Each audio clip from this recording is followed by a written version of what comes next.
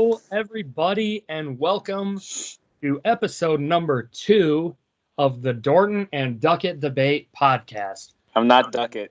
He is not Doetkott. I am Lucas Dorton. I am joined by one of my friends at college, Josh Amiling. Josh is one of the biggest Washington sports fans I know. Obviously, he only has 2 professional sports teams there, being the Seattle Mariners and the Seattle Seahawks. Hey, our Seattle Sounders just won the MLS Cup. So, my bad. The Seattle Sounders as well. I will give them their due credit. Congratulations. The Seattle Storm also. We won the WNBA Finals 2 years ago. Well, there we go. Already putting me in my place, and I'm going to have to find something else. I can't wait till Nick comes back next week. But supposedly, he also is a Golden State Warriors fan, too, since his basketball team moved to OKC a number of years ago. What do you have to say about that? Yes. Okay, yes. There we go. Heard it here first, folks. All right, well, what do you say? You ready to get right into this thing? Yeah, let's do it, Lucas. All right, dope. So we're going to start off today. We are going to talk about, since we already I talked about it last week with Nick, but obviously you weren't on it, so I'm not able to get your take. So we're just going to start off right away and go into this whole Myles Garrett situation. Yeah. What is your opinion? First off, do you feel that the suspension was justified, that he got suspended a whole season? And then, obviously with the other fines and suspensions that came with other players as well. What's your opinion on that? I think the NFL actually did something right for once, because I feel like every suspension was good. All the fines were good. Like, one of the things with the fines was Mason Rudolph. Even though he wasn't suspended, he had the biggest fine. It was $50,000 compared to Garrett was $45,000. Yeah. Garrett, suspended for the season. That's good. Pouncey's suspension, well, I completely love what Pouncey did. Like, he should still be suspended. Right. And then the one dumb dude, Ogunjobi or whatever, just coming over and cheap trotting. That's the guy I honestly hate the worst in the whole thing, because literally it's like you just saw a man nearly die and you're just going to come over and shove him over for no reason. So, yeah, that's my quick take. I think, the NFL actually got everything right here. Yeah, I agree with you. I think they definitely, like I said last week, they did a good job in this whole thing. Now, I was talking to one of my friends, shout out to Tyler Burke, who I was debating with the other day, and he was kind of mentioning that he thinks that Myles Garrett should be suspended for 2 seasons, not just the rest of this, but next season as well. And, I can see both sides of it. Part of me is like, okay, definitely has to be gone for this season. I think that's a pretty agreeable thing amongst a lot of people. But then, also for next season, and he brings up a good point, and it's not necessarily that nothing happened, it's what could have happened. If he hits Rudolph in the head, with the crown of the helmet, you're talking potentially, a career ending.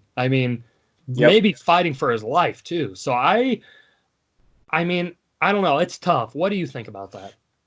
It is kind of hard, because this is one situation where legal things could get involved too. Honestly, I think this is one where the NFL should just wait and see if any legal action happens, and then they can maybe come in. I still think it's the being suspended for this year, and it's not that he's also suspended for this year. He's technically suspended indefinitely, and then after this season, he talks to Goodell and they go over it again. But I don't know. It's hard because what he did was not manslaughter. It was almost attempted. It was almost manslaughter. But yeah, it is hard. I can see where your friend's coming from for saying this season and next season too. It's one where I think the NFL is all right with what they did, but I would have been all right if he had been suspended for next season also. Right. And I'd never really thought about it to end to next season as well. I'm just thinking in terms of this season. This season, I think, like I said, we both agree. I think it's great that he got suspended for the rest of the season. And then that's a good point too, that you bring up the indefinitely part, because a lot of people are just thinking, yeah, it could be just for this season. But when you bring up, it didn't say that, oh, Myles Garrett is suspended for 6 games and the playoffs. It wasn't specifically that. It was Myles Garrett suspended indefinitely. So which Yeah. obviously means, the rest of the season, potentially the playoffs if they make it, which I don't think they will. And then Mm-hmm. into next season too, if Goodell seems fit. So that's a good point that you brought that up. Yeah. But And I mean, for Garrett, it's just an unfortunate situation because off the field, he's honestly a really chill guy. He yeah, seems like a smart guy and everything. Like he wrote I read an article where like he wrote poetry, and he's like a writer of poetry and everything. But this is just one where I listened on the podcast last week where you guys mentioned how he has had some cheap shots.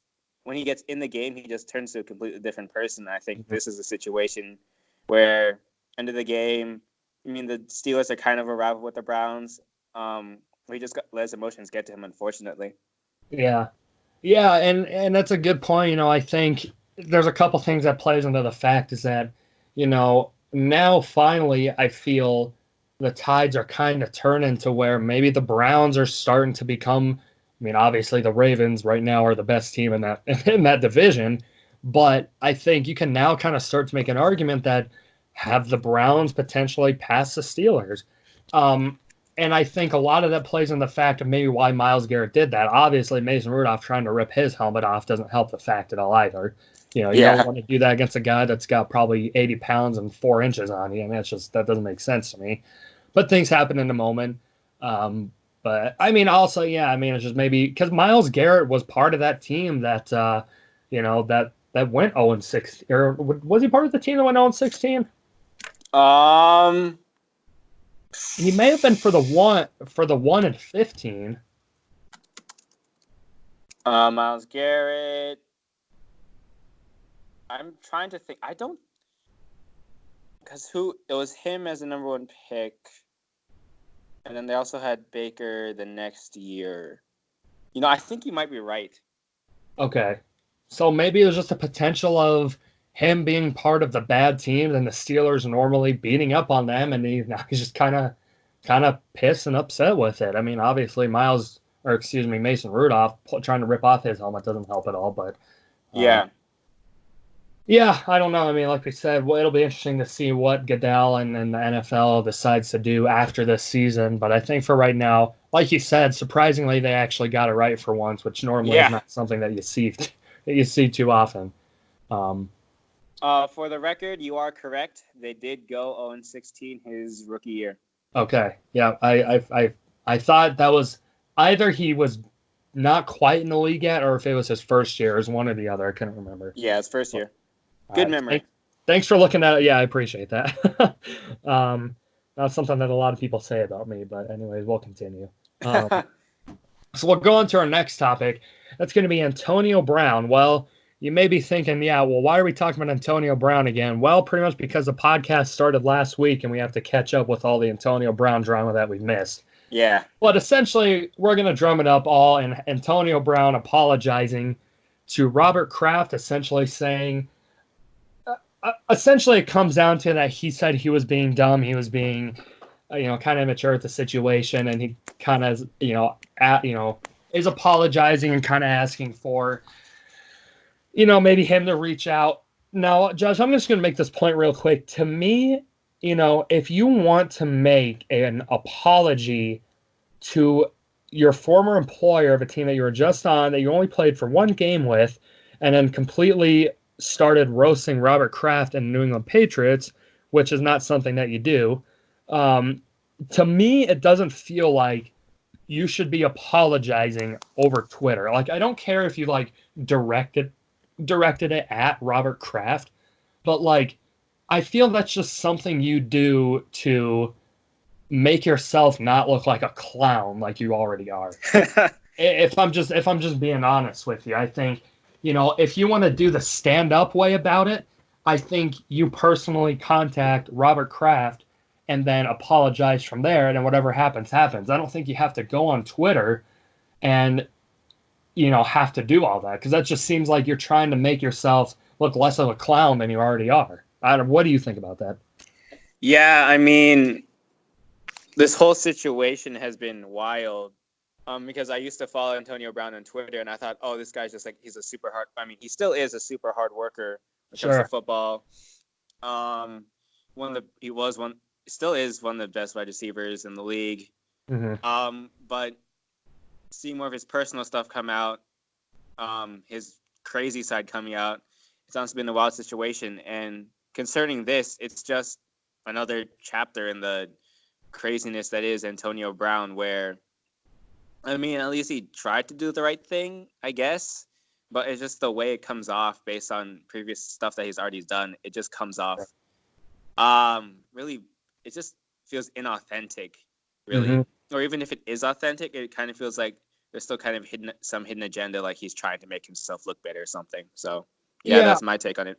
I agree. And I just think it's one of those things where, like, you know, if you want to do it, like, why announce it to the whole world? Like, just do it. Like, why? I don't know. To me, it seems like there's better ways to do it. But I mean, you know, Antonio Brown is just one of those guys. And I don't think I've ever seen a player get hated on more in a calendar month's time than Antonio Brown. You can make the argument for Kevin Durant. You know, you can say, oh yeah, his team lost to OKC, or sorry, his team lost to the Golden State Warriors, had a 3-1 lead, blew it, and then went to the Warriors and then was hated. Like, you could make that argument, but I just feel that, like, even then, you know, there are some people that think, oh yeah, maybe that was the right thing for Kevin Durant to do. Like, I can't really hate on him for wanting to get a ring. Like, for this Antonio Brown thing, I can't think of a single person from what I've seen on social media and from people that I've talked to, friends and family and stuff, that, like, actually can agree with what Antonio Brown was doing and, like, actually support him. Like, that's just why I feel there isn't another player that has gotten hated on more in a calendar month's time. And maybe I'm forgetting someone. If I am, please let me know, but I can't think of anyone. I mean, I kind of agree with you, where at least, well, me personally, as a fan who lost the Sonics, I love how Kevin Durant screwed over Oklahoma City. So I'm forever grateful to him. But I can see where people were mad at him. But also the argument is still there that, like, hey, he still want to go get a championship. Right. Antonio Brown, it's just wild, honestly. There's nothing that's really defensible. Anything that he's done, nothing's defensible. Yeah, I don't understand how, you know, you're in a good situation with Pittsburgh. You know, you have probably a future Hall of Fame quarterback. You're set up to do great things, probably to lose to the Patriots in the AFC Championship like you do every other year. But you're still going to have a good season and have a chance to run it all. And then you go to Oakland.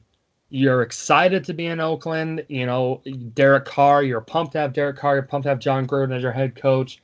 You know, could have done great things this year. And then, forced straight out of that situation. Why? Oh, to get to the Patriots, maybe the team he once seen before, and then screws himself out of that situation. So I don't know. To me, it's just frustrating. I'm glad that, you know, I'm a Miami Dolphins fan, as you know, and there are a lot of players that right now I would probably want to have on my team.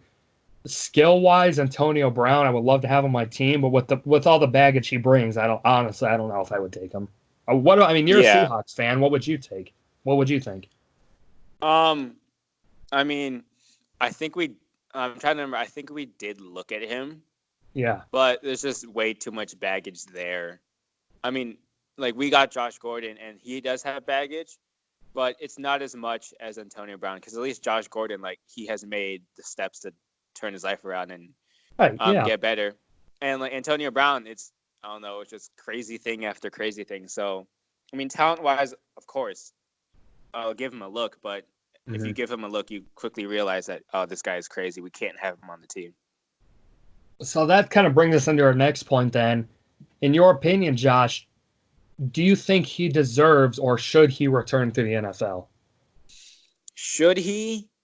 No, because he's just too much of a wild card, and he'd come in and I feel like he'd wreck any locker room. And he's got all kinds of stuff with him that, even if he still is, if he becomes a good guy again, if he's a stand-up teammate, stand-up guy in society, people in the locker room still won't be able to get. There'll be people in the locker room who still won't be able to get past the fact that he's got all this stuff in his past. Right. The problem is, I think he just has too much talent that someone is gonna sign him, or Hmm. at least give him a long, hard look, just because that's how the NFL is, Right. where they just kind of look at the talent and be like, okay, we can take this guy on, because there's always going to be that one coach who says, oh, we can fix this guy, we got this. Yeah. Yeah. That's a good point. It's just one of those things where, like, the talent's there. I mean, you can't deny the guy is probably one of the better receivers to ever do it. And I think Yeah, that's a common thing that people will agree with each other on. But it's just like I don't know. It's just frustrating to me because it's one of those things where, like, you say you don't need an NFL team, you don't need the money, but then you're turning around and pretty much like begging for a job back. And it's just, to yeah. me, it's just super frustrating. I mean, another receiver that I could think might be a little bit comparable, Terrell Owens maybe. I mean, I don't know, maybe to that degree. I mean, people thought Terrell Owens was nuts with all the stuff he doing. When he was doing, sit ups in front of his house, pretty much roasting Donovan McNabb to media. I mean, but then Antonio Brown's just taking it to a whole new level. I mean, I don't know. It's interesting to see. I mean, I don't know what he's gonna do. I think it's one of those things where, if the Patriots can't even, turn him around and say, "Yo, cut this out," I don't think any team can. I don't Yeah, know. I agree. Yeah. I don't know. It'll be interesting to see. We'll have to see what they decide to do with that. But oh well, we'll find out, and I'm sure probably another week or so when Antonio Brown does something else dumb. But Yeah. we'll talk about it when that time comes. So let's move on to another piece of NFL news: MVP debate. There's a Yup. few guys. I think a lot of years it's been pretty clear who the MVP frontrunner is. Obviously last year Mahomes was I mean Breeze had a great year, but Mahomes was going to win. There's no doubt about that.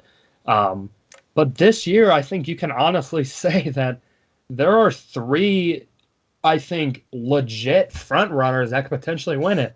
And Deshaun Watson, I think, has a chance. Lamar Jackson has a chance. Christian McCaffrey has a chance. And, there's other guys, too, that deserve. So if you're picking your NFL MVP based off of today, who are you picking? Oh man. I mean, I want to be biased and go with Russell Wilson because the stats he's Yeah, putting up are ridiculous. he Like he's is. first in the league in touchdowns. Yep. Leads the league. He only has 2 interceptions. Um, but I I can honestly say that Lamar Jackson should be MVP at this point because of what he's doing. He's literally changing the game. Yeah. Where he's I mean, people don't give him enough credit for how good of a passer he is. Like he is a really good passer. And of course his running is just ridiculous. He's the kind of guy where I've heard some talking heads who were former football players, so they know more than me.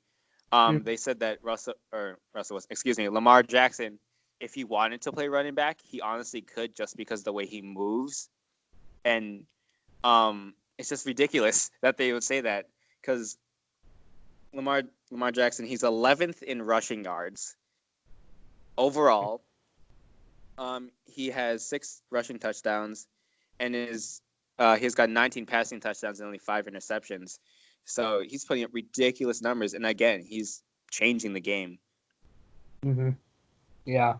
I agree. I think, Lamar Jackson is definitely doing things that honestly we haven't really seen since Michael Vick. I mean, Yeah, Michael Vick in his prime, and I think Lamar Jackson is well on his way, if not, dare we say, already at the level that Michael Vick was at his prime. I mean, I think yeah, that's an honest thing, debate that you could really have. Is Lamar Jackson right now where Michael Vick was in his prime? You know, yeah. I I don't know. It's mean, tough. Yeah. I would say yes, just because from the stuff I hear, Lamar like actually watches film and like studies and everything. Where Michael Vick admitted that he never really watched film until he got to the Eagles. because he Yeah. just relied on his talent and everything. Or not that he didn't watch film, but like he didn't really study and try to become a quarterback. He just tried to be an athlete. Where Lamar Jackson, he's tried to make himself a better quarterback because in college he was still a good quarterback, but he was more of an athlete, and now he's more of a quarterback who just so happens to be an athlete now. So I would Yeah. say yes. Yeah, I think that's a fair argument to have. I think um, it's one of those things where it's interesting to see. I'm gonna make a case though for a non-quarterback. Okay, I'm gonna go with Mm-hmm. Christian McCaffrey. Now, Yeah. Christian McCaffrey, I'm on the Christian McCaffrey train. Obviously going to high school out here in Valor, Valor Christian out here in Colorado. I heard a lot Yep. about him all the time. I mean, the guy was phenomenal out here. Obviously phenomenal at Stanford and phenomenal now in the NFL with the Panthers. He is right now.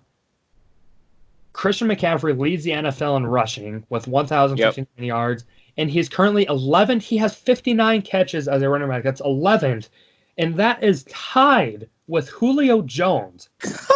They both have the same amount of catches. One's job is to catch the ball. The other one's primarily job is to run the ball and make plays, with catching just being an added bonus. Yeah. I think you could make a legit argument for him. Another guy that I don't think is going to get enough recognition, but I think should, Michael Thomas.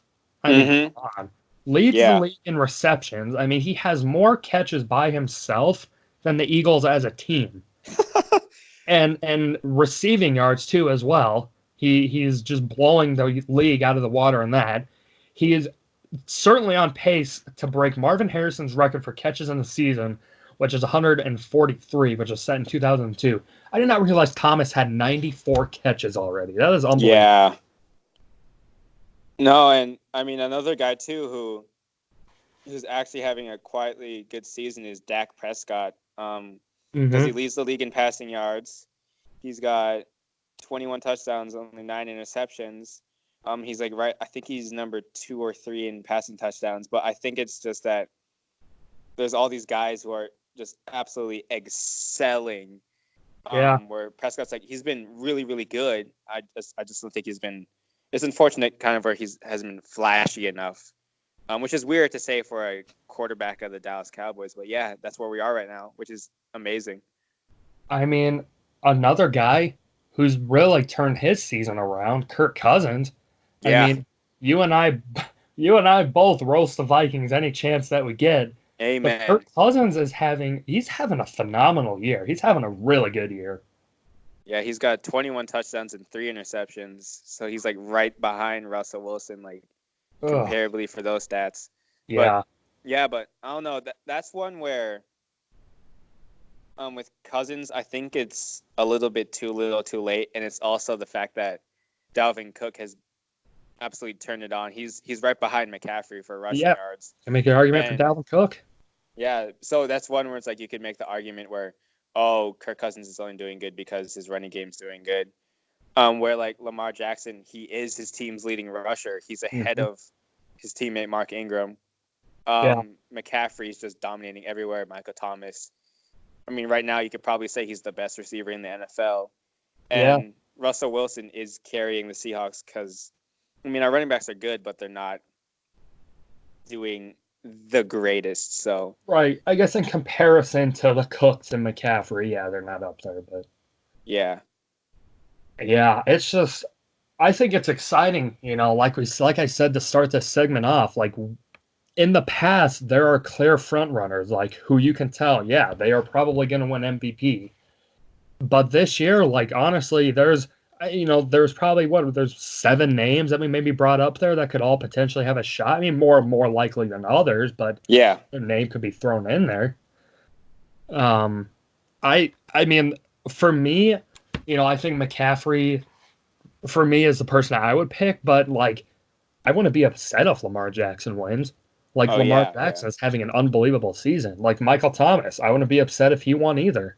Like there are multiple guys that I feel they all equally deserve a shot at the MVP. I mean, yeah, honestly, this is a year where it's like if one guy wins, it's like, well, yeah, he deserves it. There's no real clear-cut guy who you're like, he has to win it because, I mean, again, Russell Wilson leading in passing touchdowns and only has 2 interceptions, but right behind him, Yep. Kirk Cousins and Yep. also McCaffrey is just doing it all over, and Michael Thomas is just dominating. So it's just ridiculous. It's awesome. It is, and that's what I really love right now about the NFL is that there's so many great players in the game that it's just fun to watch.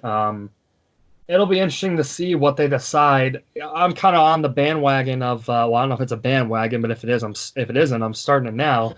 Put it like the MLB, you know, have an MVP for each conference, so that guys like Lamar Jackson and Christian McCaffrey don't have to battle it out for MVP. You just give it to Lamar in the AFC, Christian in the NFC. What do you think? I would love that. I mean, they should do that. It just makes sense. It does. It's simple as that. Yeah. I feel like it's hard to tell a person's worth versus another team in another conference if they don't ever play them. Yeah. You know? Yeah. Like it's hard to tell, and that's why baseball I think has it right to where yeah, you have a best player in the American League and a best player in the National League, and I don't think there's anything wrong with that. Yeah. You know, and then from there you can have a debate of who you think the better one of the two is. But it'll be interesting to see. You know, at the end of the day, I think a lot of these players they could care less if they win MVP. I think they just want to win a ring. But it definitely that's right to have for sure. So I'm going to move on to another NFL topic. This is going to be the last NFL topic. I promised. I know I have some listeners that aren't big on the NFL, but this is going to be my last thing because there's just a lot to talk about. Fantasy football. This was something that was brought up to my knowledge as something that we should talk about. Fantasy football disappointments, and they're all coming from the running back position. Yep. James Conner, Joe Mixon, Le'Veon Bell. Yeah. Now, I don't know. For me, I think Joe Mixon is very disappointing. I think Le'Veon Bell is the biggest disappointment of the three. I mean, you're obviously going to a team in the Jets that you knew were not going to be. I mean, you cannot seriously tell me that Le'Veon Bell thought the Jets were going to be a playoff team when he decided to sign there. And especially since he sat an entire season, didn't play at all, you thought he would have been fresh and ready to go. Well, that has not been the case at all.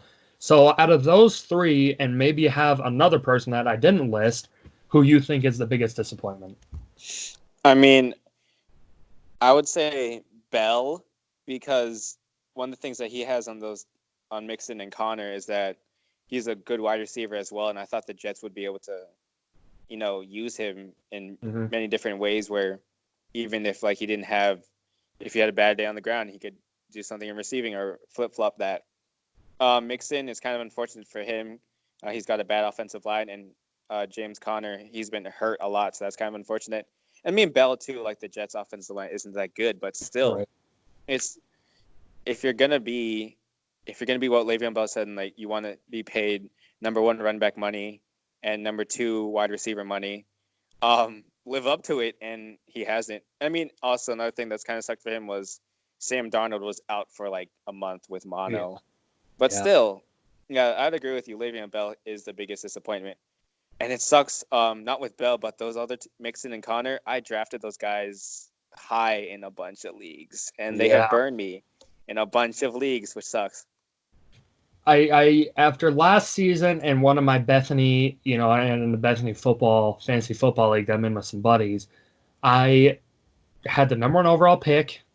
And I drafted Le'Veon Bell with the mindset of that, okay, well, you really don't see players ever sit out a full season. They might miss a few games, but they don't sit out a full season. And that was my mindset. It was like, okay, you know, I can afford to have them sit on the bench for a few games, 4 or 5 games even, and still try and, you know, grind out some wins if I'm going to have him for the, you know, second part of the season. But he didn't play at all, completely screwed my whole team.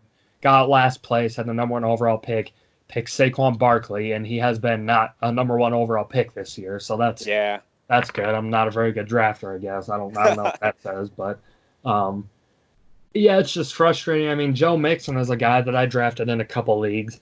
and fairly high, and I was not high on him the last couple seasons. And Uh, and he's proved me wrong the last 2 seasons. I was like, oh well, fine, I'll give him a chance, and I've given him a chance, and he has not even come close to hitting those expectations. yeah, that's an unfortunate situation. For me, it was kind of the opposite, where I've been high on Mixon and Connor for a while now, and Yeah, just this year I was finally able to get them, and I was super excited because I got them in the second round. I'm thinking, oh, I got these guys at great value, and well, I mean, Mixon's been good as of late, but it's kind of too late for me because yeah, I've been needing him this entire season. And Connor, I mean, that's kind of out of his control because he's been hurt. right, And then thank goodness I didn't draft Bell because I don't know, there were just red flags with just a guy sitting out the season. We've never really seen a guy do this before, right. like non-injured. So I was just thinking, I don't know. So I didn't draft him, thankfully. Yeah, I refuse to draft Le'Veon Bell. I'm not drafting him in the league just because he screwed my team last season and have made me be the worst team in the league. So I'm not drafting Le'Veon Bell again. That's my personal vendetta against him. Oh well. Um, so we're gonna move on to some NBA action here, and a big topic that has come up of late: load management. Yep. Josh, what is your opinion on load management? Honestly, I'm gonna come at this from the player's point of view because honestly, it's the players that us fans want to watch and want to see. And Sure. when do we want to see them? We want to see them come crunch time, come playoff time, and we want to see them at their best. So I love it. Like Kawhi last year, he only played like 60 games, and Yeah. everyone was like, "Oh, this is ridiculous. He needs to be playing. This is no fun to watch a primetime game on TNT, and it's the Raptors just with Kyle Lowry Oh, and some guy named Siakam who turned out to be awesome, and like Kawhi just sitting there in street clothes. But come playoff time, who was well rested, who absolutely tore up the playoffs, and who won? I mean, the Raptors, yeah, but it was really Kawhi carrying the right. team. Right. Um, I mean, the Spurs have been doing this forever too. They did it with. I remember it was like during those Spurs Heat years when they play each other in the finals.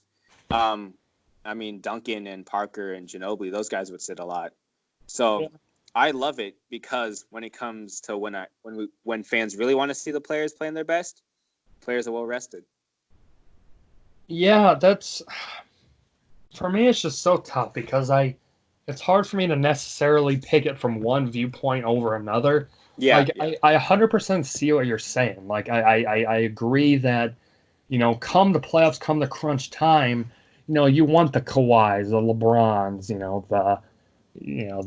the big name players in the game to yep, be at 100 or dang near close to 100% come the playoffs.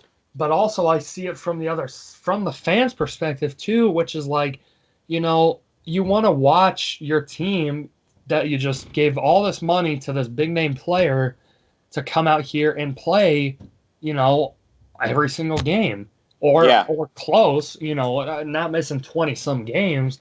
It's tough for me to necessarily pick one side over the other because I see both sides have extremely valid points, but it's hard. Like it's so hard to yeah, really necessarily pick one side. yeah. And this is one where, of course, I completely get what you're saying, and it does suck for like one of the biggest things they're talking about. Like imagine a kid for like the Charlotte Hornets, like the team is bad, but hey, he's gonna go watch LeBron James play, and then oh, LeBron doesn't play. Yeah, But it's tough too because like of course you want the fans to be happy, but really, I just still take it back to when everyone's gonna be watching come playoff time, and if you've got a tired Kawhi last year, we wouldn't have right, seen him come out and ball out. right. Like the Spurs teams, why they were always good in the playoffs is because they would rest during the regular season. So I can completely see from both sides. Me personally, I am always in favor of load management. Sure. Yeah, it's interesting. I mean, obviously, players do it in different ways. Obviously the Kawhi Leonards sit out 20 some games, and then you have players like LeBron who aren't going to sit out, but they may not give 100% on every single play. Yeah. They might give like 50% or 45% on a play. Um, that doesn't discredit. I mean, Nick, Nick Duckett and I Yep. were both huge LeBron guys and huge avid of him being the GOAT, and we'll debate that. But players do it in different ways, and I think you just have to find the best way to do that. But I see what you're saying. I don't think you have a wrong point in saying that, but it'll be interesting to see come playoff time in the stacked Western Conference if Yeah. Kawhi Leonard is able to pull out a dub for his team. But we'll have to find out. So the next NBA topic that we have to talk about, Carmelo Anthony. Yes, That was sir. a signing that came out of nowhere. There wasn't really any indication that he could sign to a certain place or that teams were even looking at him. It just kind of woke up one day, oh, Carmelo Anthony signs with the Portland Trailblazers. I guess first thing, what was your initial reaction when you heard the news? Personally, I was happy because not saying I've been a Carmelo fan, but it's just a guy like I'd like to see him like kind of go out on his own terms, and going on a team like that, where he doesn't have to be the number one option, and I think finally he's accepted that he's gonna be in a bench role, hopefully. And the thing is, like I was hearing about, was that the Blazers, they wanted him like in Oklahoma City, that they didn't really want him there. With the Rockets, they didn't really want him there. With the Blazers, Damian Lillard wants him, CJ McCollum wants him, and I mean it's good to feel wanted. So I was happy for Carmelo. How about you, Lucas? Yeah, I think part of me is the salty Nuggets fan that I am of how he left. Yeah.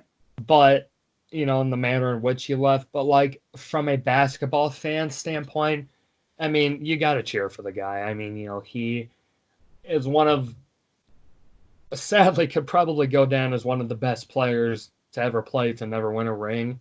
Um, Yeah, or at least I, one of the I, best scorers. or at least one of the best scorers. Yeah, definitely for sure.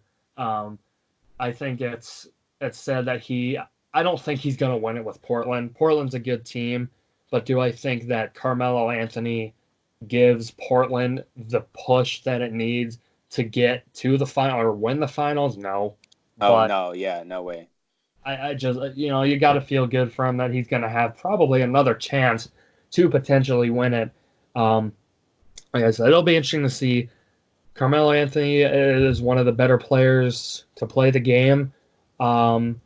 As a Nuggets fan, this is another thing too that a lot of people are bringing him up is like, now teams will have a chance to give him that curtain call that maybe he wasn't going to get before. Ah, And it depends. It depends where you look at it from. I think if you're a Knicks fan, I think absolutely. I think you absolutely give him a curtain call because he forced his way out of Denver to get yeah. to the Knicks. And granted, they didn't have a ton of success while he was there. They had a playoff appearance. I But mean, he did take them to that one, like they made it to the playoffs that 1 year, but I mean that's the most success they've had in forever. right, And right, like they were on primetime TV and they were fun to watch and they were competitive. So yeah, yeah, yeah. I think if you're a Knicks fan, I think you definitely, give him a curtain call.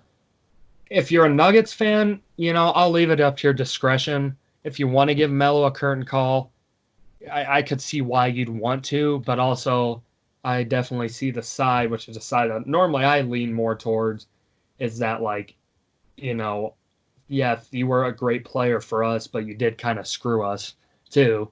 yeah, Um, with how he left and everything. That whole thing is just to me, it's just messy. As a Nuggets fan, it's just it's frustrating because we were such a good position. We were a great team, and Melo was kind of a focal point of that team, and it's just I don't know. I don't know if he didn't want to be in Denver, which isn't a big market team, and he wanted to get himself showcased on a bigger market like New York. I don't know. It's just to me, I see both sides. If you want to give him a curtain call, go ahead. If you want to boo him, go ahead. yeah, I have no problem with either, really. yeah, And that kind of goes back to Yeah, you know, I went to the Colorado Avalanche game tonight, played the Toronto Maple Leafs. Josh, obviously, I know you're not a big hockey guy, but I'm just going to make this point here where Yeah, it's yeah. like, you know, the Avalanche just traded this offseason Tyson Barrie and Alex Kerfoot to the Toronto Maple Leafs for Nazem Kadri. And it's one of those things where Barrie, like, he didn't force his way out. Like, he very much wanted to be on the Avs, but, like, was he a good player? I mean, he was a good goal scorer for a defenseman, but in my opinion, and a few other friends' opinion, he's not a good defensive defenseman. You know, he's Yeah. not good at what his job title says that he should be doing, being good at. And there were a lot of cheers for him tonight, and there were a lot of boos too. You know, I don't say a lot, but there were some boos too. And like I said, I don't necessarily disagree with either side. And it's kind of just with this Carmelo Anthony thing too. You know, if you want to boo him, I got no problem with that. But if you want to, you know, if you want to cheer him on and thank him for his time here in Denver, you know, go ahead and do that too. But Yeah, I agree. Yeah. And I mean, when hockey comes to Seattle next year, I'll be yeah, fully engaged because it's been hard, like not having it. Like technically, Vancouver's a team I could follow, but it's Canada. So, but yeah, like I'm excited for hockey. I've always loved hockey. I just never have had a team to cheer for, which has kind of stopped me from like paying attention fully. But I'm ready to yeah, go for next year. yeah. And then you know, if you were just basically going off of the teams that are in your state, you know, you got the Mariners who play, you know, for 8 months out of the season, and then you got the Seahawks who play for a certain part of the season. You know, it's definitely have to not have. It's nice to have four of the major sports there, and then obviously you have, you know, your WNBA as well and your soccer too, um, which are very successful. That just came to my mind, Yep. but it's interesting to see. But Carmelo Anthony, you know, do what you like, say what you like. I really have no strong opinion either way. Which on a podcast, I don't know if you would necessarily want that, but you know, you do.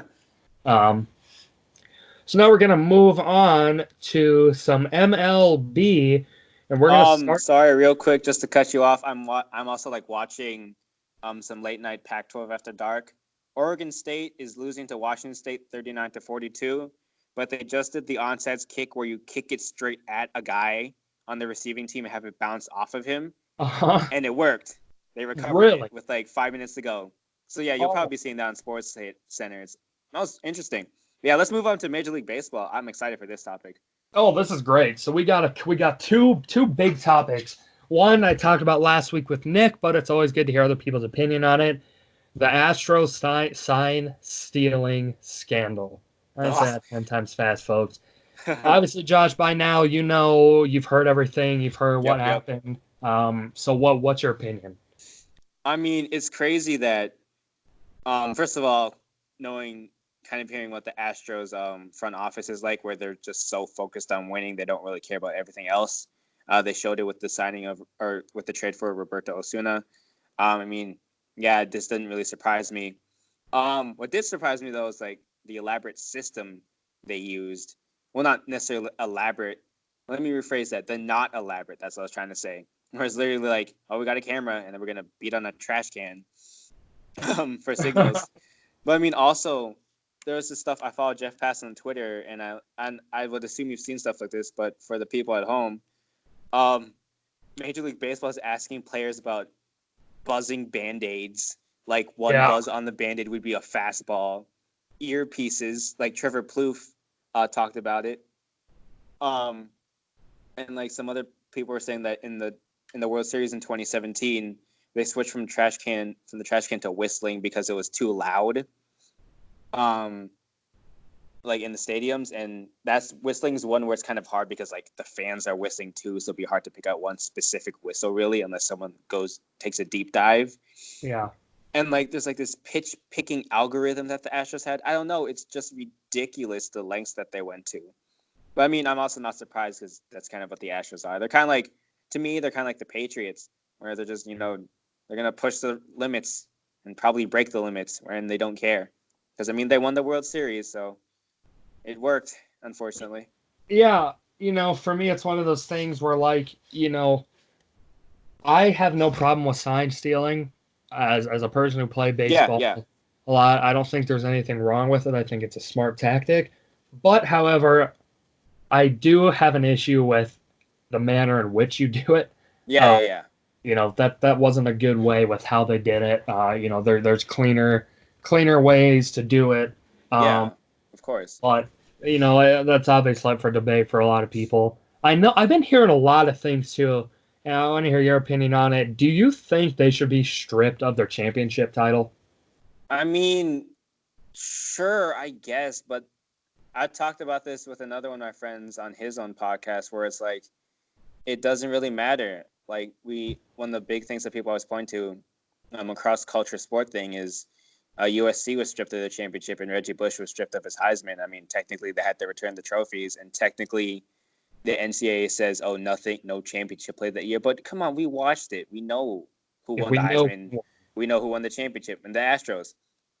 We know who won because I watched all the games.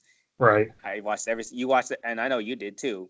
Yeah. We know who won, so it's kind of one of those where it's like, sure, go ahead, strip them, whatever, but that wouldn't do anything, really.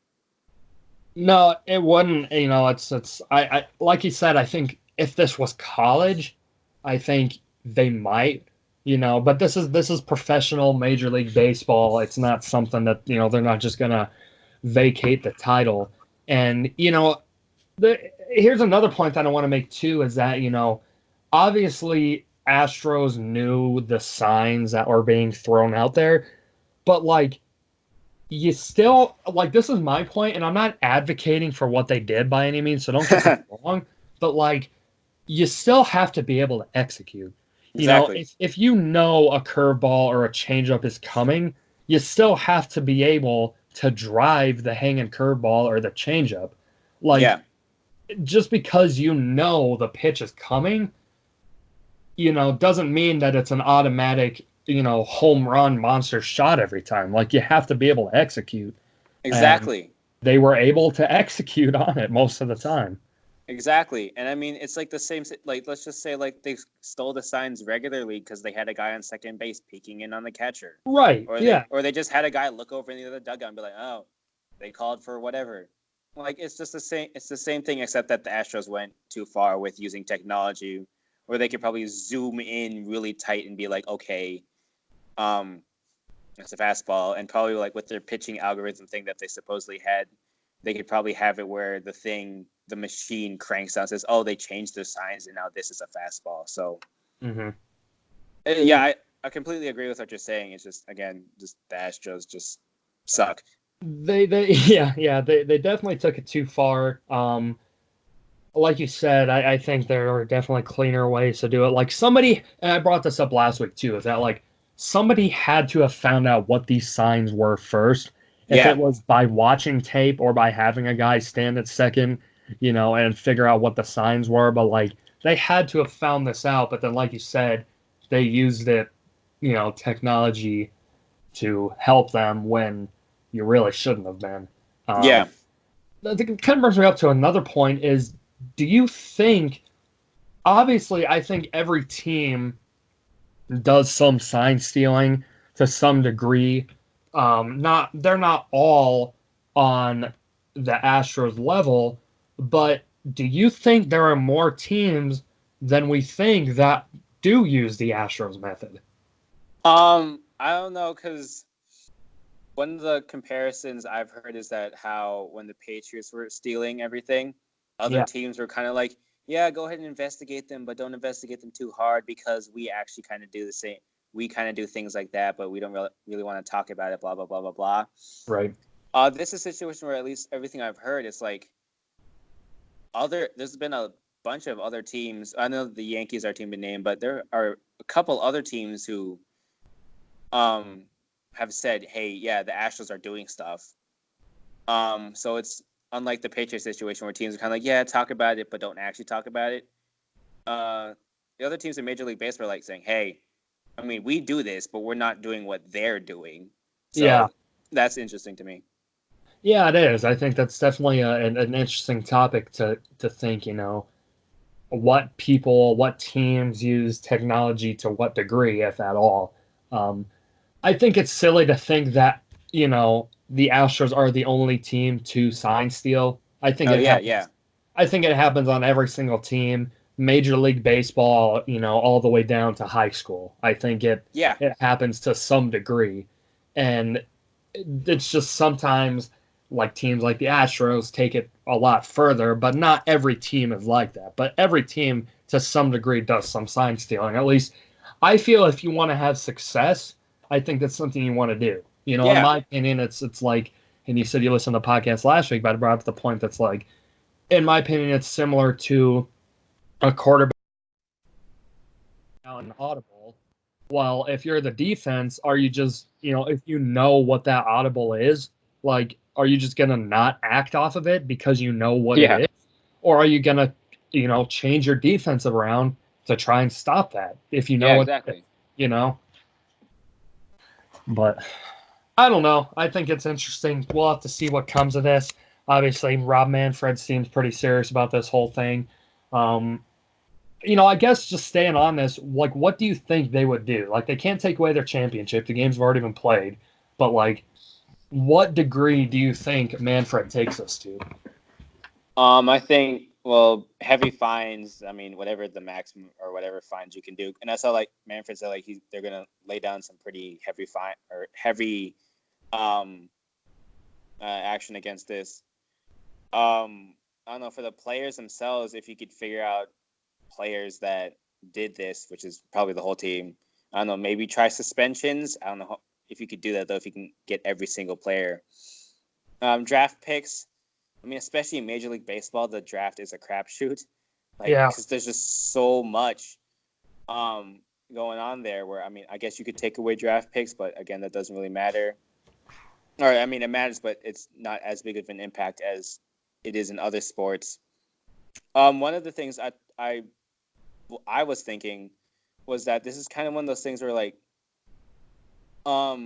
perception matters to get into the Hall of Fame. Like steroids, like Robinson Cano, he was going to be in, and then this little thing where it wasn't even like steroids, it was like masking agent, which probably Hmm. means he was taking steroids. Right. And now he's basically shot. I mean, there's all the other steroid guys, but Robinson Cano is just one guy who came to mind. Um, and so this is one where it's like maybe if you can indict players,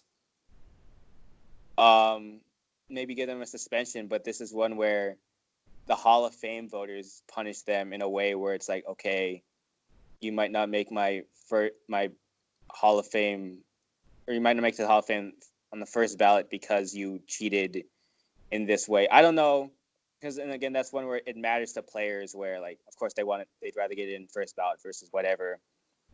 And that is one that's interesting. Where it's like, I don't know if it's not on the level of steroids, in my opinion, Hmm. but it's also one where maybe if like you've got player A versus player B, similar careers, similar stats, they've won the same amount of championship World Series and everything, and it comes down to player A was an Astros player who cheated and player B wasn't.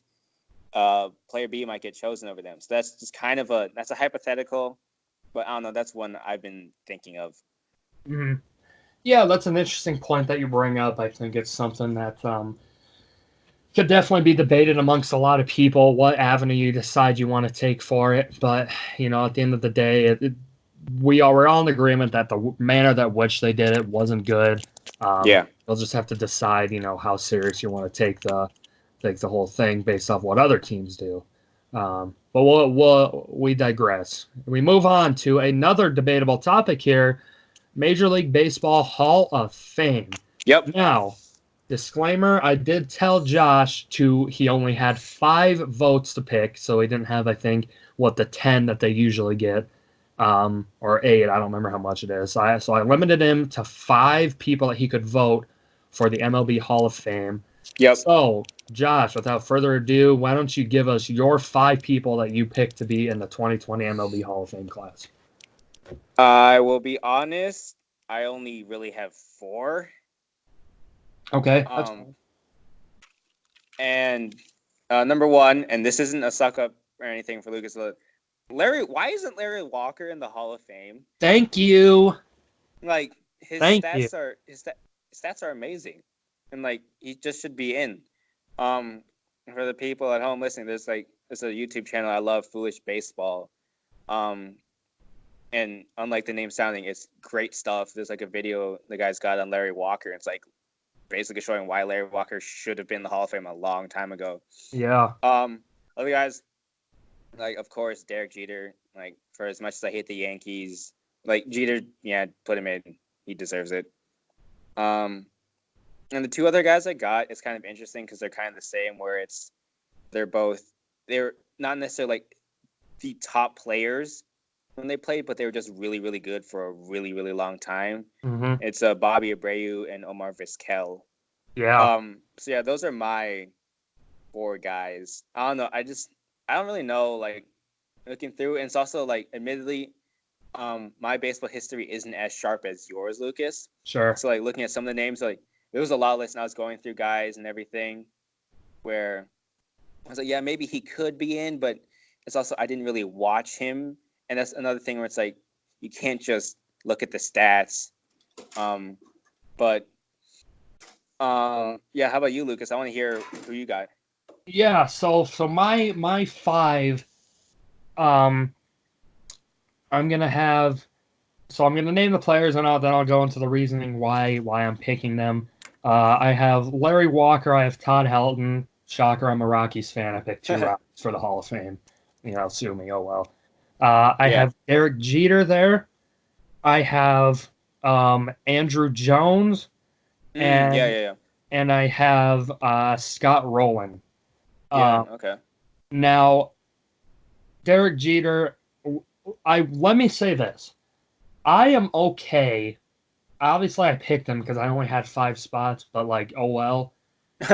This is my thing, is I am okay with people if they want to leave Jeter off their list, because for some of you who may not know, the Hall of Fame, if you receive less than 5% of the vote, you're off the list.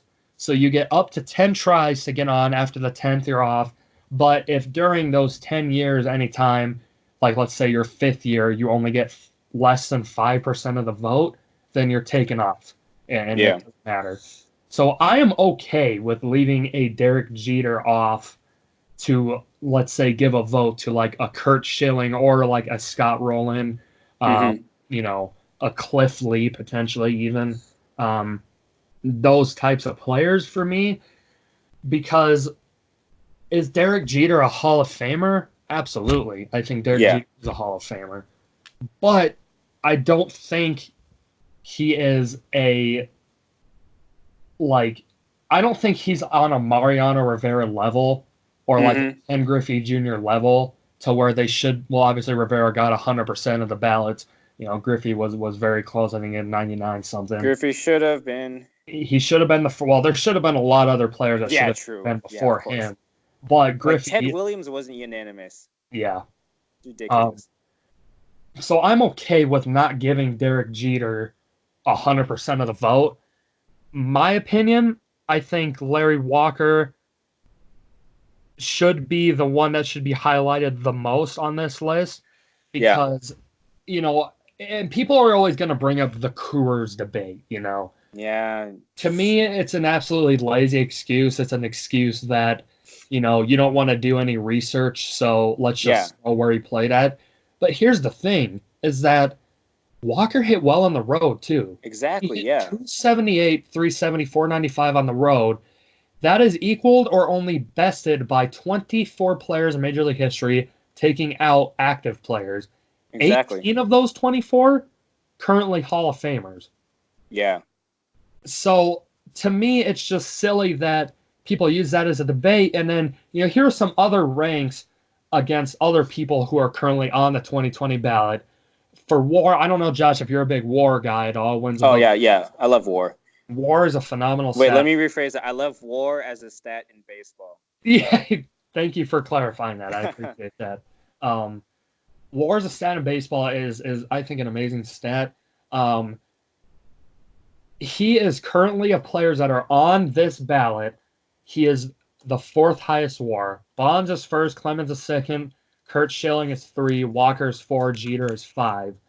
Wins above replacement, for position players on the 2020 ballot, Walker would be second on that list. Now, the last 4 outfielders elected to the Hall of Fame, Ken Griffey Jr., Tim Raines, Andre Dawson, Vladimir Guerrero, Larry Walker is second on that list, only behind Ken Griffey Jr. And then wins above replacement for NL players through the years 1990 to 2004, he is third on that list. And Bagwell and Biggio are the only players second and fourth, respectively, who are in the Hall of Fame. So Larry Walker, I think it's a travesty that he hasn't been inducted into the Hall of Fame yet. It's one of those things where I think Walker, if he gets in, he's gonna barely get in. Like, Yeah. 75% of the vote, I could see him getting like 76 or like 75 point something. Yeah. But like, if he misses out, like he is just gonna miss out because he has had some huge jumps. From 2017 to 2018, he received a 13% boost increase in votes, and from 2018 to 2019, more than 20% of the votes boost increased. So I think he has a chance to get in. Also, the guys, Scott Rowland, I think, again, is a very underrated player that certainly is one of the better players to play in the game. Kurt Schilling, again, another player on that list. I think there are guys that certainly should get in that I hope it will in the future, like a Billy Wagner. I mean, you talk about Mariano Rivera, Heath Bell as some of the best of all time. People forget about Billy Wagner. That guy was a phenomenal closer for the Mets. Primarily there. But, you can make your argument whichever route you want to take with that. But I hope Todd Helton, one of my favorite players of all time, I don't think he's going to make it in this year. I hope he eventually does make it in. But I feel we're going to have the same argument with Larry Walker that we're having with Todd Helton. Which is kind of frustrating, but I don't know. It's just frustrating because you have, no matter where you play, like no matter what the home ballpark is, it's going to be favored more towards pitchers or more towards hitters. So I don't like when people use, oh, well, he played at such and such park for a certain part of his career, and that should like inflate or deflate a guy's worthiness if he should be in the Hall of Fame or not. Yeah, it's like you still have to hit those balls. Right. Yeah. So, and it's like you have to play on the road too. So I don't know. That the argument's just a super weak argument to me, and I've always hated it. So I agree with you. Yeah, it's a weak argument. It's a lazy one, and I'm not gonna lie. I mean, I've kind of been guilty of this in the past too. With discrediting Yankees hitters for where they play. At Yankee Stadium, which is essentially a little league ballpark. But yes. Oh well. We're not gonna say anything more about that. But that's it. That's my debate on the Hall of Fame. It's one of the most frustrating topics to me. Certain players getting in over others, and certain player. And this is another thing too. Okay, this is my last rant since I guess we're on the topic. I might as well. Yeah, go for it. When people use rings as the only argument to compare a certain player's greatness over another. Oh, that's garbage. In my opinion, I think that lies right in line with using where they play as a home park as an argument. Exactly. I think... I would say it's even worse. I would agree, because I think, in my opinion, if you want to use rings as an argument, like, use it when you are trying to compare players maybe of similar skill sets. If you have a couple guys who play a certain position and you want to compare, then you can. In other sports, I think that's fine. I think baseball is like one of the only exceptions to where you can't, and maybe football, but it's going to be a quarterback, and no matter what, a quarterback's going to be the GOAT, regardless of what you think. But I just think like it's so lazy because you can't seriously tell me that you think player A is better than player B just because player A has a championship and player B never won one. Exactly. Like, that's like saying, to bring it to football, oh, Trent Dilfer has 1, Dan Marino has 0. Right. Or Right. in basketball, Luke Walton has 2 and Jerry West only had 1. Stuff Right. like that. You So know, yeah, it's the same thing in baseball. Like, um, it's just I hate it. I hate it as much as you do. and just like, even if one use the argument of current players, like, are you going to tell me that you think, as much as I love Gerardo Parra, firecracker on the Rockies and with the Nationals, Gerardo Parra has a ring, so you're going to tell me that Gerardo Parra is better than Mike Trout because Parra's won a ring and Trout hasn't? Like, that's Yeah, stupid. Like, baseball is probably one of the only sports where, like, you can be the best player in the game, but if you don't have pieces around you, like, you're not going to win. exactly. You're not going to win. And so I think I agree. I think that's even a worse argument than the home park one. Hey, but Para's got Baby Shark though, so. Parra's got Baby Shark, and maybe in that case he is better than Mike Trout. So that's way to debunk me on that one. Um, uh, but anyways, that's what we have for baseball right now. We're going to move on to some college football playoffs. So, yes, sir. as Oh of my gosh. as of today, we are currently recording this at 10:34 my time, 11:34 Josh's time, November 23rd. The top 4 right now: LSU 1, Ohio State 2, Clemson 3, Georgia 4. Now, We have chaos. something we have a little bit of chaos. I'm literally so mad because I had notes ready to go and I basically had to rip them all up because of the last few hours. I hate this so much. But it's fun though, it's sports. It's fun, it's sports, and that's why you gotta love it.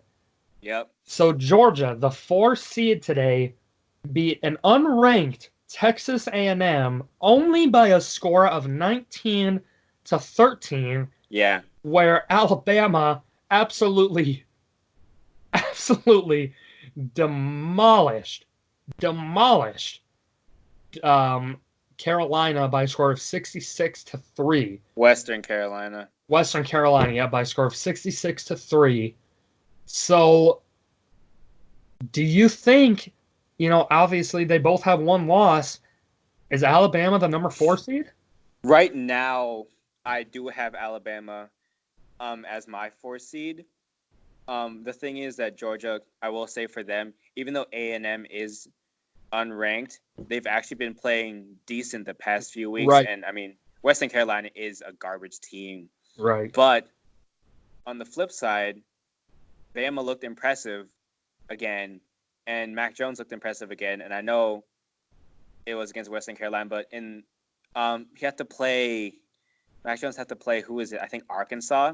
That's still an SEC team, and he looked good enough. He looked like one of the stereotypical Alabama quarterbacks, like a Greg McElroy, AJ McCarron type, where it's like, Yeah. okay, Alabama's still good. Granted, Alabama's defense has surprisingly been a little bit underwhelming this year, but they're kind of young, and Right. they've been missing some guys with injuries. But yeah, I don't know. Georgia's just their offense has looked so flat in games. Like against South Carolina, they were flat.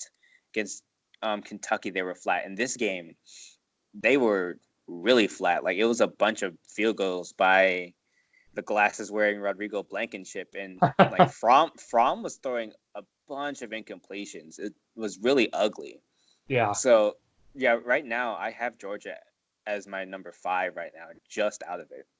So Oregon, obviously, Oh my gosh, they are currently ranked 6th.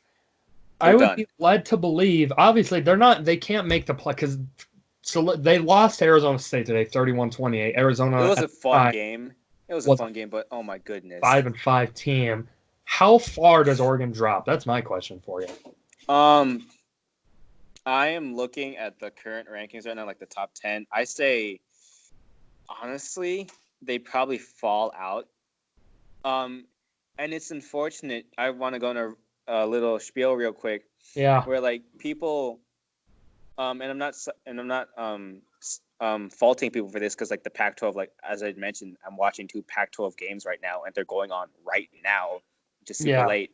So I don't really watch the Pac-12, but honestly, the Pac-12 is a team where everybody can beat everybody, and it's not like the ACC where everyone's so mediocre, because in the ACC you have one top team, Clemson, and when Clemson plays everybody else, they beat everybody else except for North Carolina on the road, but they beat everybody else by a lot. Yeah. In the Pac-12, like the top teams like Oregon, they've struggled, air quotes struggled, where it's actually just been the fact that everybody in the Pac-12 has a lot of talent and everyone can beat everybody just because everyone's so evenly matched. Like this game showed it, like a 5-5 Arizona State team played them well and beat them. It's just so frustrating because I'm a Pac-12 fan and I just wanted to see us make it. I mean, Utah still has a chance, but it's going to be hard because their best win's going to be a 2-loss Oregon. Yeah. So, yeah, I'd say Oregon is out of my top 10. I agree for sure, yeah. Yes, like my I'll just say it real quick. My top 10 right now, from top to bottom, is Ohio State, LSU, Clemson, Alabama. That's my top 4. Then Georgia 5, Oklahoma 6, Utah 7, Minnesota 8, Wisconsin 9, and Baylor at 10. And I know Florida is ahead, but it's just unfortunately for you, Lucas. I know you're a Florida fan. Yeah. They're not making the SEC championship because Georgia's already clinched. So unless craziness happens, Florida's not making it. So I just don't have them in my top 10. No, that's fair. I think, obviously Florida, they lost 2 games here. That doesn't help. 2, I think, there are, like I said, there are such things as quality losses. They lost to a very good LSU team, took them down to the brink. And then they lost to a determined Georgia team and lost by a score to them. So I think they're definitely quality losses. So here's my question for you now. I think we can agree that, 1 and 2, if you have, LSU, Ohio State, whichever one you want to throw there, I think you're okay with putting whichever one. And then, let's say for whatever reason, Clemson, I'm not sure how they would, but like towards the end of the season, if they drop down to like a 3 or drop down to a 4. Yeah. Would you see, let's say it's LSU, Ohio State, Alabama, and Georgia. Yeah. Obviously now Georgia is not going to be in the top 4 anymore, but would Alabama, if let's say Alabama for whatever reason is, the 5 seed and Clemson is the 4 seed. Yeah. In your opinion, do you think Alabama is more deserving to go in over Clemson? Obviously, Alabama would have 1 loss, and Clemson would have none.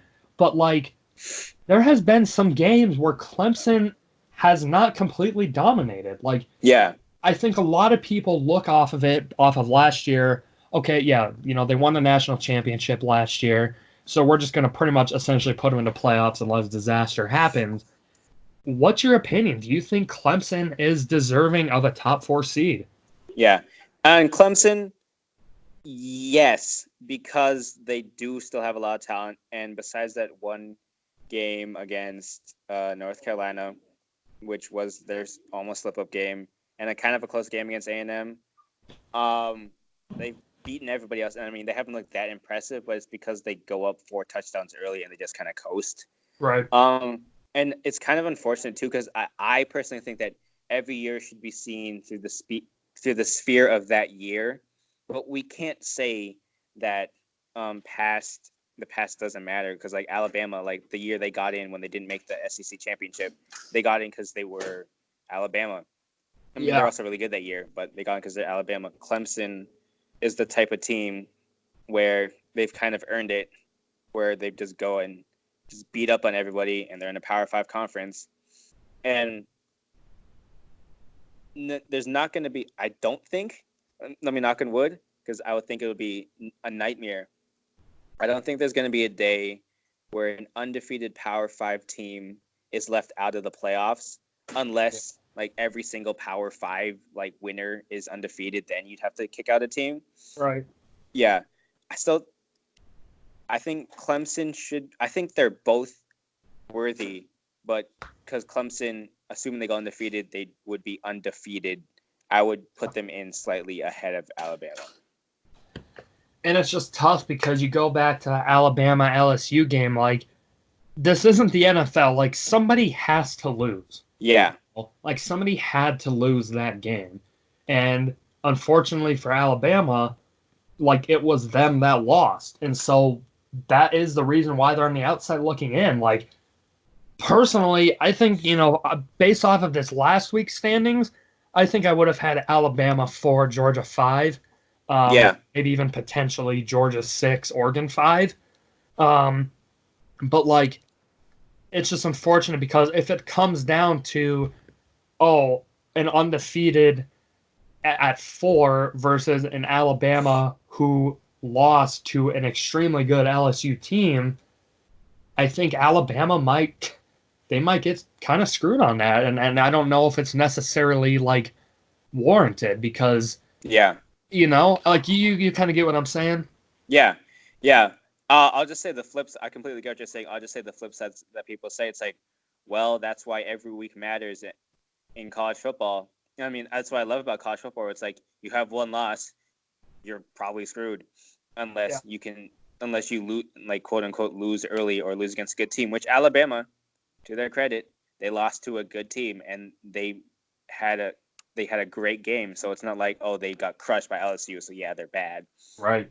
Um, so, and again, the past matters, and Alabama is Alabama. They have the name brand. So yeah, and this is one where I kind of hope where Alabama doesn't get in, people start like complaining and say, hey, there should be an expansion. So and I personally want an expansion, so hopefully that happens. But in this scenario, I mean, it's tough for Alabama. It's unfortunate, but yeah, they had that one loss, and it is a tough league, and every week matters. Yeah, every week does matter, and then unfortunately, like you mentioned, someone is going to get the short end of the stick.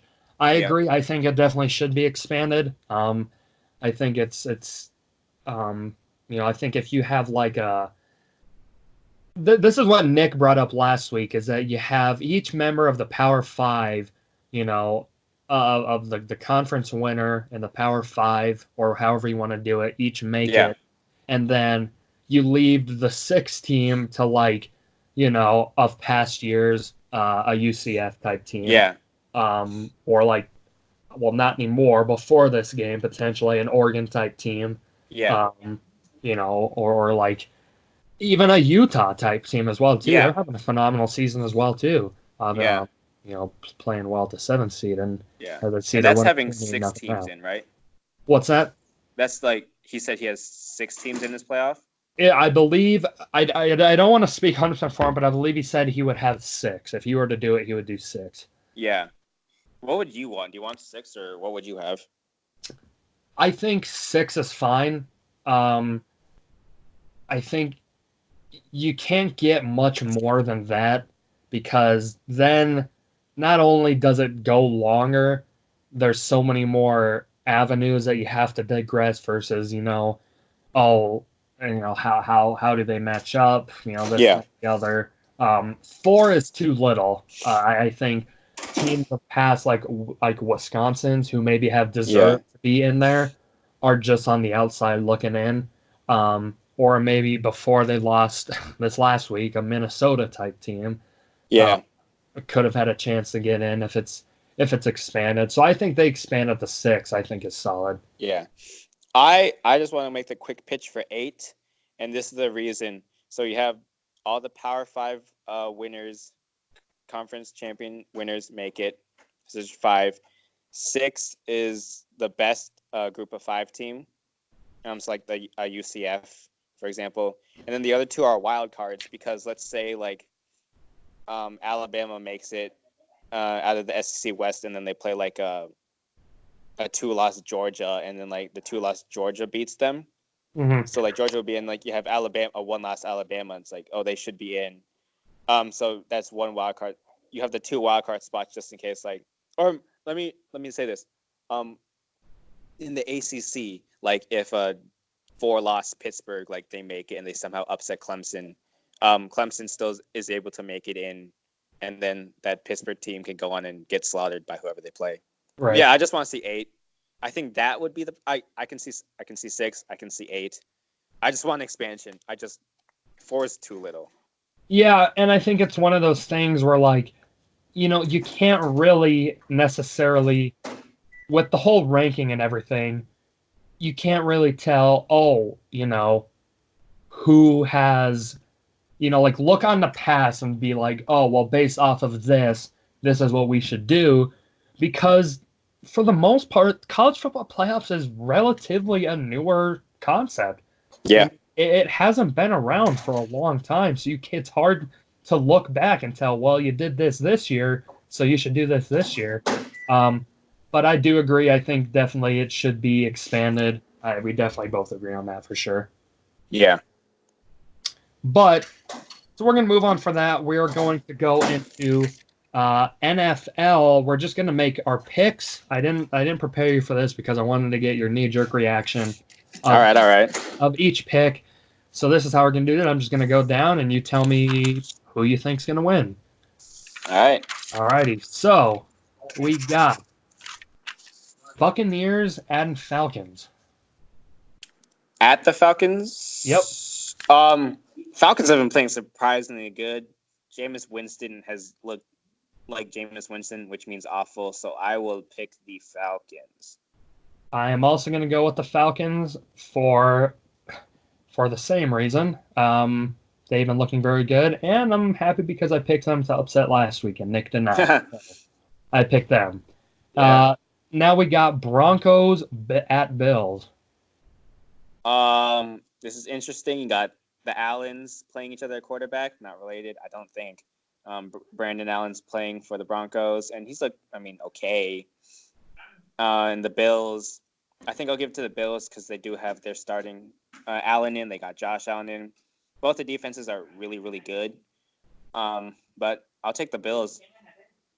Yeah, I'm also going to go with the Bills for the fact the Broncos are just a complete disaster.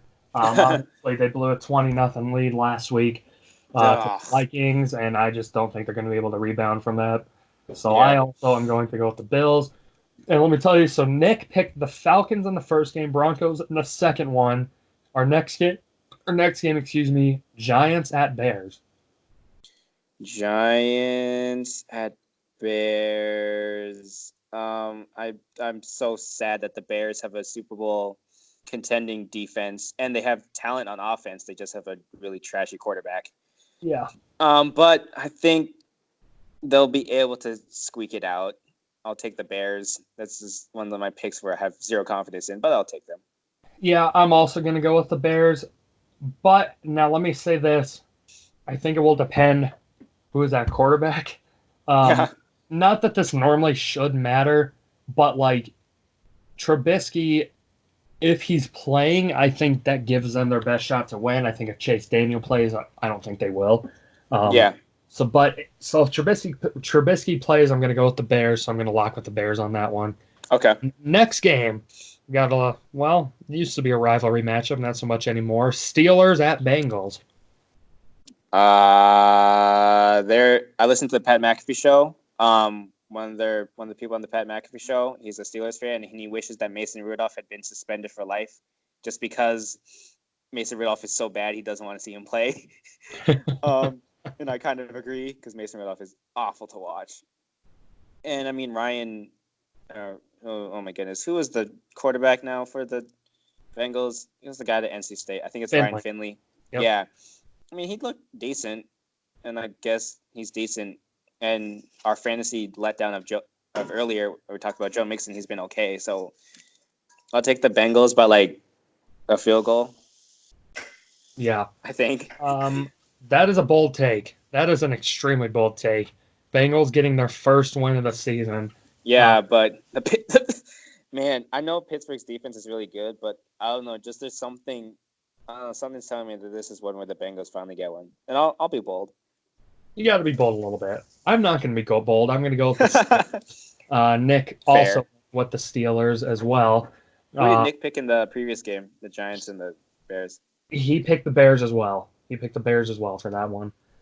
Now we have Miami at Cleveland. Who you got? Oh boy. You know what? I'll let you do this first, Lucas. And let me do this one first. Well, I appreciate that. Um, I think the Browns are going to win. Okay. I don't think it's going to be by the 10.5 that the spread currently has them Ten and winning a by. half. Wow. I think it's going to be a closer game. But I think at the end of the day, the Browns are going to come out on top. What do you think? Yeah. I mean, lost in the Myles Garrett fiascos. That the Browns look good in that game, fairly good in offense, and they've actually looked decent the past few weeks. I think Fitzmagic messes around and keeps it close for 3 quarters, but I think the Browns will win it. I think so too, unfortunately. But that's life of a Yeah. Dolphins fan this year. So our next matchup, we got the Panthers at the Saints. Who you got here? Oof. I mean, asked me this 3 weeks ago. I might have picked the Panthers just because Kyle Allen was like actually looking really good. Nah, but I'll go with the Saints. They've got potential MVP candidate Michael Thomas that we are talking about. Yep. Kamara's slowly getting back into shape. Drew Brees is still Drew Brees, and people forget their defense is really, really talented. So I'll pick the Saints. Which for a long time it was tough to say the Saints had a good defense. Yeah. But I'm also going to go with the Saints as well too. Nick also went with the Saints. Nothing surprising there. Our next matchup that we got, Raiders at Jets. Oof.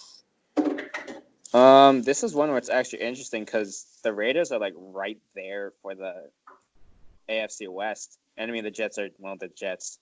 I'll pick the Raiders because I do think they're the better team, and I think this is one that people should pay attention to just because this does have potential AFC West winner implications. Yeah, you talk about having a surprising season. Oakland Raiders, Yeah. 6-4. Good for them.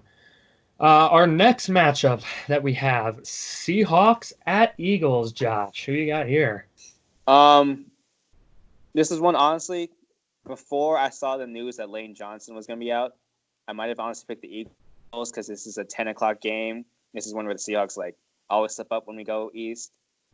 But Lane Johnson is out, and like Carson Wentz's stats when Lane Johnson is out are like ridiculously lower than when Lane Johnson is in. Jadeveon Clowney is like actually providing a pass rush. Not that he wasn't before, it's just he was getting double teamed. Now I think he's saying, forget it, I'm just going to go all in. Yeah. I'll pick the Seahawks. Nick picked the Seahawks. I'm also picking the Seahawks. I just think the pass rush is going to be too much for the Eagles to line up, like you mentioned, without Lane Johnson being there. Lions at the Redskins. Who you got here? Lions at the Redskins. I mean, I have to. It's so hard because Matt Stafford's out. Yeah. But I don't know. That video of Dwayne Haskins like pleading his offensive line, like what do I need to do to help you, and them just like not responding. Like either in that video clip, just like they weren't paying attention to him, and also not responding on the field because they just keep getting run over. I think I'll pick the Lions barely.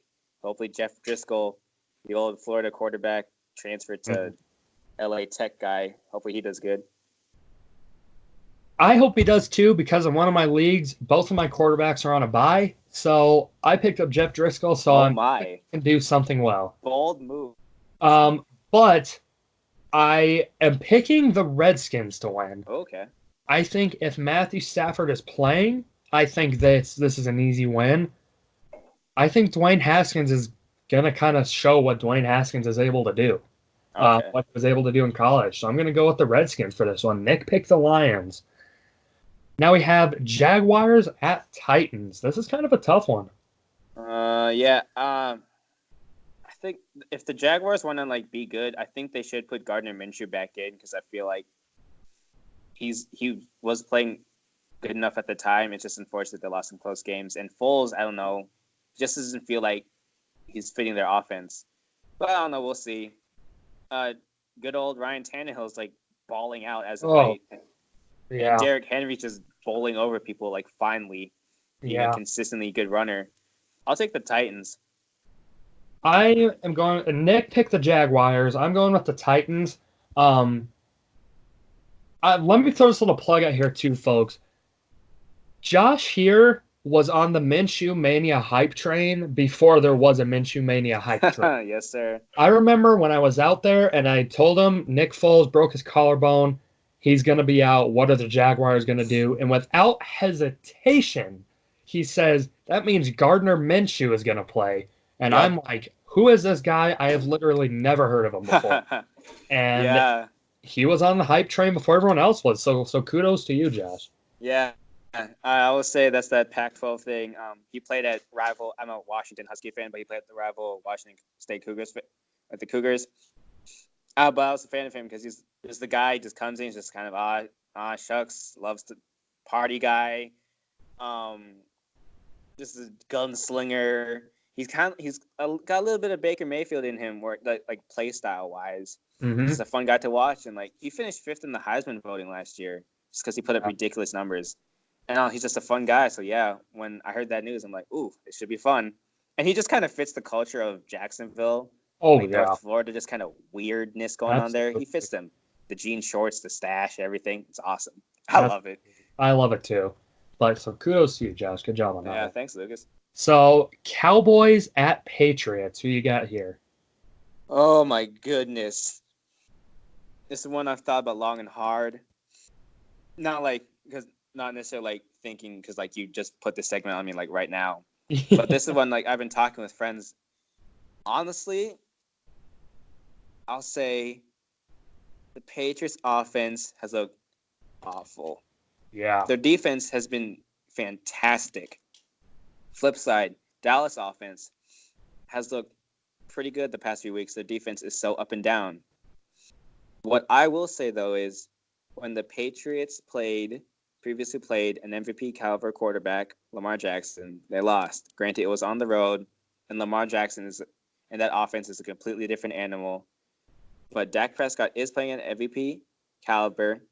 The Pats' offensive line is kind of garbage right now, and the Cowboys can get to the quarterback. I will take Dallas. Well, I'm going to have to cross that off because I already wrote down the Patriots for you before you finished, and I got to replace that with Dallas. So you picked Dallas. I'm also going with Dallas. Okay. I'm not alone. I feel good. Yep. I also go with Dallas for the fact that you just brought up. I don't think I think the defense might be able to do enough to like slow them down. I don't think they're going to completely stop. It might be a bend but don't break type defense. With them, and we'll have to see. But like the Patriots, it is all going to have to come down to if their offense is clicking. If their offense, if Tom Brady is hitting the guy, he's not throwing it into the dirt or 10 yards over their head like he has been, it seems like the past couple weeks, and the run game can get going, then I absolutely think the Patriots will win this. Yeah. But if the offense can't hold up its end of the bargain, I think Dallas is going to win this one. Yeah. Pick the Patriots here. Okay, yeah. I mean, that's a safe pick, so. Packers at 49ers. Honestly, I'm going to take the Packers because I think these teams are comparable, except when it comes to the quarterback. And I'd take Aaron Rodgers, and especially the way he's been playing this year. A million times I'm taking him over Jimmy Garoppolo. And honestly, with the Packers pass rush, and we kind of saw it in the 49ers loss to the Seahawks, what the pass rush can do to that 49ers offense. Mm-hmm. It slows them down. And honestly, I wouldn't be surprised if the Packers win this by 2 touchdowns or more. I agree. Nick picked the Packers. I'm also picking the Packers here too as well. For the same reason. I think 49ers defense is going up against Aaron Rodgers, who needs no introduction, and I think I don't think it's going to be a very close game, like you said. I think he's definitely going to tear apart. We'll have to see for sure. And then we have our final Monday night game, Ravens at Rams. This is one where I'm excited to watch because, again, just Lamar Jackson. And I do want to see if this Rams defense that's been kind of playing okay as of late, what they can do to try and stop him. But this is kind of the same thing as talked about the last matchup. I wouldn't be surprised if I'm picking the Ravens. If the Ravens win by 2 touchdowns or more. I'm also picking. Nick picked the Ravens. I'm also picking the Ravens. They just are. It's this the thing with the Rams, and it's going to come down to like the thing for the Patriots is their offense going to click? Jared Goff can have games where he can go off for 350, 400 plus yards. Yeah, and look very good, but he's also going to have a lot of games where he doesn't look like the money that the Rams just threw at him this offseason. yeah. And I don't think I'm going to have to go with the Ravens on this one. I think, like you said, I would not be surprised if that is the case, but we'll have to see how that works out. But for the record, who did Nick pick in the Raiders-Jets game? He picked the Raiders. Okay.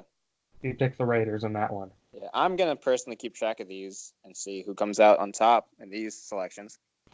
Yeah, I am too. I think that's kind of how I started last week, and I wish we would have started this podcast at the beginning of the year so we could have kept track through the entire season. Yeah. But we will have to see at the end of the season who comes out on top between us. But it'll be interesting to tell. So this is pretty much it, Josh. Do you have any final thoughts or anything? Any closing remarks? Closing remarks. No, I think we covered a lot of topics. I think it was really good. This is fun, Lucas.